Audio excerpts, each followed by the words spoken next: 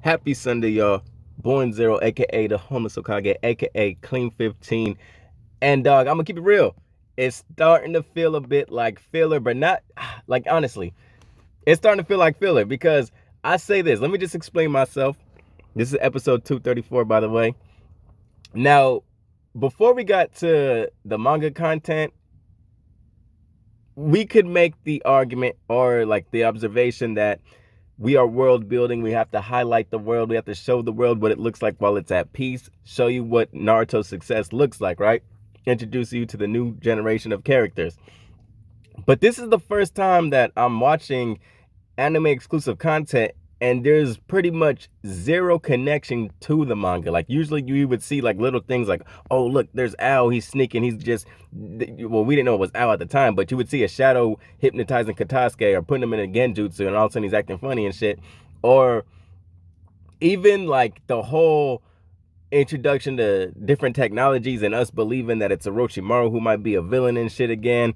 And if it wasn't anime exclusive content, it was at least content coming from novels, right? But this is the first time, or the car actuation arc, that was some straight heat too. But this is like the first time we're in a position where the anime exclusive content feels as if it's strictly just straight towards, it's just straight up like just anime exclusive at this point. And even like when we get shit for Mitsuki, when we had his little arc going into the Stone Village and shit, like at least it was character development for a main character. This we getting, Kabuki going on shinobi missions, but nigga, he getting seasick and shit. Like he's hardly even, we didn't even see much of him.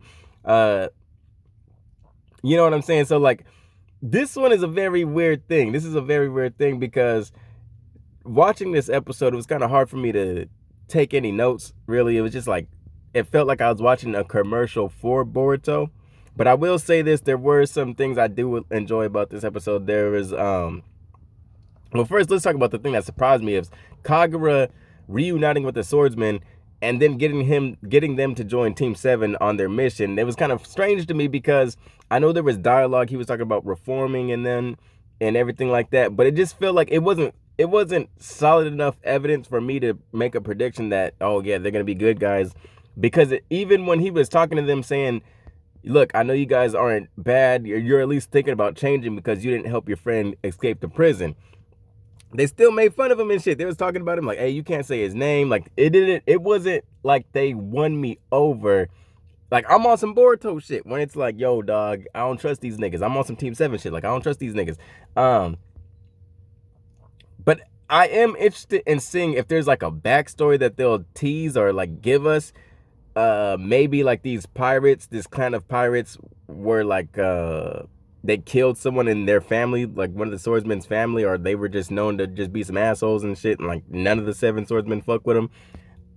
Because I was on the end that the 7 swordsmen were teaming up with the pirates and they were part of the breakout. I'd never seen the whole blimp situation being like a decoy for the prison break. Now there were predictions I've seen on YouTube and shit like that were saying that, but like to me, like I'm saying, like I don't know if they were anime spoilers that kind of gave you a synopsis of that, because to me it wasn't that obvious. Like maybe it just went over my head. I was just thinking it was multiple attacks gonna happen and shit, like Team 7, like because even like there were some people who were predicting that the 7 swordsmen will become good guys. And I'm like, what the fuck you talking about? Like, I don't see that shit. Like, I don't, maybe down the line in the future, I still feel like Kagura had some convincing to do. But like I said, hopefully there's like a backstory or something that kind of explains that a bit more. Another thing I did notice is the Mizukage, he a little bit more grimy than Naruto. Like in this, I seen him get a little bit more visibly frustrated. He's a bit more of a character, and I know they're 2 different people. But I was still surprised to see that he acts a little bit more harsh. Like he reminds me, like minus the intelligence, but the attitude that Shikamaru has. Like he's a little bit more like, hey, no, fuck all these niggas. Like, we can, like he was yelling at his subordinates and shit. That's something I've never seen Naruto do. The only time I've really seen Naruto be visibly upset is, of course, it's like one of his children gets attacked or something like that. Himawari gets fucking held hostage, like shit like that.